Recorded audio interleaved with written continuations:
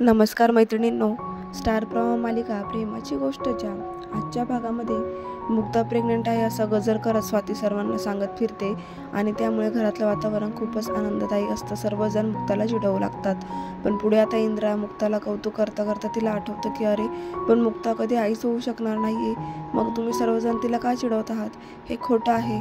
इंद्राचं असं बोलणं ऐकून मुक्ता खूपच इमोशनल होते, तिला खूप वाईट वाटतं। त्यानंतर ती पुन्हा स्वतःची बाजू सावरत म्हणते की माझ्यासाठी सईच खूप इम्पॉर्टंट आहे आणि मी सईला पाहूनच इथे आली आहे। सईसारखी मुलगी असताना मला दुसऱ्या बेबीची काय गरज आहे, मी हिच्यातच खूप खुश आहे। तिचं हे बोलणं ऐकून सर्वजण खूप खुश होतात।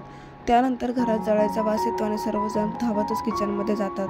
पाहता तर मुक्ताने बनवलेला शिरा पूर्ण करपलेला असतो, तरीही पापू, सागर, लकी ते म्हणतात की आपण खाऊयात ना शिरा, करपलाय म्हणून काय झालं, भूक लागली आहे तर आपण काही खाऊ शकतो।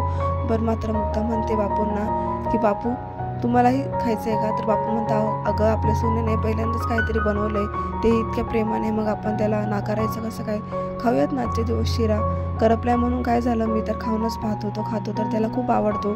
तर इंद्रा म्हणते की काय हो, मी इतके दिवस झाले किचन सांभाळते पण तुम्ही माझं असं कौतुक केलं नाही कधी, आणि करपलेलं तर कधी खाल्लं सुद्धा नाही माझ्या हातचं, पण आज मात्र तुमच्या लाडक्या सुनेकडून करपलंय तरी तुम्हाला खायचं, वा मांडलं तुम्हाला पण।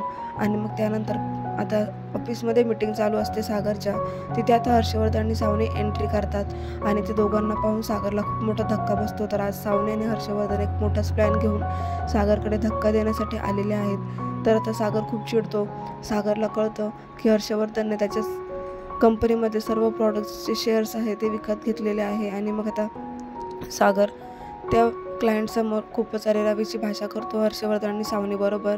पण आता ही गोष्ट ऐकल्यावरती सागरलाही धक्का बसतो। सागर म्हणतो की ही कंपनी माझी आहे, माझ्या मालकीची, माझ्या कंपनीमध्ये इन्व्हॉल्व होण्याच्या अगोदर माझी परमिशन घ्यायची, आणि शेअर्स घेतले आहे तर ते मी तुम्हाला देणार नाही, मला इंटरेस्ट नाही आहे तुमच्यामध्ये। पण आता ते क्लायंट्स म्हणतात की अहो तुम्हाला कळते का साहेब, तुम्ही जरा व्यवस्थित भाषा वापरा, कारण आता ते आपल्या कंपनीचा एक हिस्सा झालेले आहे, आपल्याला प्रत्येक मीटिंगमध्ये त्यांना अप्रुव्हल करावंच लागेल। सावनी आणि हर्षवर्धनही सागरला टोमणे मारत म्हणतात की हो ना, यांना कळतच नाही।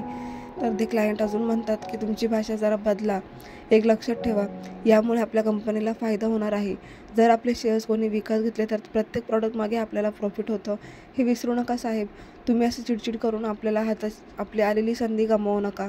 मग आता सागरला त्यांच्यामुळे गप्प बसावं लागतं, तरीही आता सावनी इकडे सिक्युरिटीला सांगून एक गिफ्ट आणलेलं असतं सागरला, ते देण्यासाठी बोलवते आणि सागरला म्हणते की बघ ना उघडून, तुझ्यासाठी मी खूपच छान गिफ्ट आणले रे सागर, बघ तुला नक्कीच आवडेल। मग आता सागर ते गिफ्ट उघडणार आहे। उघडल्यावर इकडे सावनी आणि हर्षवर्धन खूप हसत असतात, कारण त्याच्या सावनीचा फोटो असतो, तो पाहून ते क्लायंट्स खूप खुश होतात। आणि आता सावनी म्हणते की एवढी सुंदर मुलगी, एवढी चांगली मॉडेल असताना तुला दुसऱ्या मॉडेलची गरजच नाही आहे, बघ जरा निरखून बघ, माझा फोटो आहे तो। तर सावनीचा फोटो पाहून इकडे सागरला खूप वाईट वाटतं, खूप मोठा धक्का बसतो, हिच्या फोटोला मी काय करू, मनातून तो खूपच राग व्यक्त करत असतो सावनीबद्दलचा।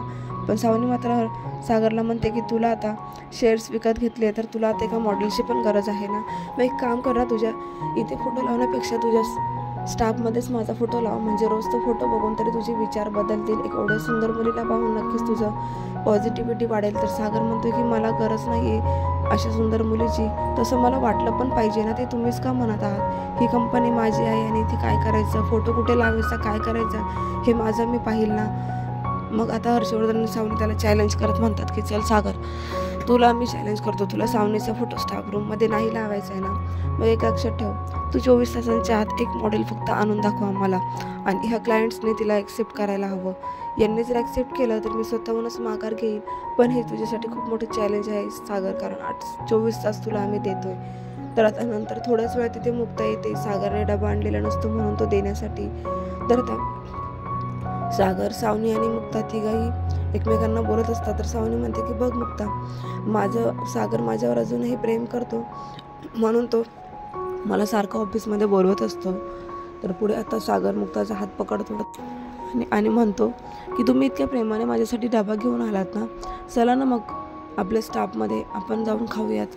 आणि मग तितक्यातच सागर जेवत असतो, तर त्याच्या हाताला काहीतरी लागतं आणि त्यामुळे मुक्ताच त्याला जेवण भरवत असते। ते दोघांचं प्रेम पाहून मात्र इकडे सावनी दरवाजामध्ये उभी असते, सर्व प्रकार पाहते आणि तिला खूप जेलस होतं की सागर आणि मुक्ताचं एवढं प्रेम एकमेकांवरती कधीपासून, आणि मग तिचा जो गैरसमज असतो सागर मुक्ताच्या नात्यांमधला तो आता दूर झालेला आहे आणि तिला कुठेतरी खात्री पडते की सागरलाही मुक्ता आवडते आणि मुक्तालाही सागर आवडायला लागलं की काय. तिला खूप जळण होते, तर सागरने तिला पाहिलेलं असतं. सागरला हेच दाखवायचं असतं की सागर आणि मुक्तामध्ये किती छान बॉन्ड आहे. हे या सागरने आज सावनीला दाखवून दिलेलं आहे. तर असा जबरदस्त ट्विस्ट आलेला आहे. प्रेक्षकांना पाहत राहा प्रेमाची गोष्ट आणि अशाच मालिकांची अपडेट्स पाहण्यासाठी चॅनलला नक्की सबस्क्राईब करा. तर भेटूया उद्याच्या भागात. पाहत राहा प्रेमाची गोष्ट.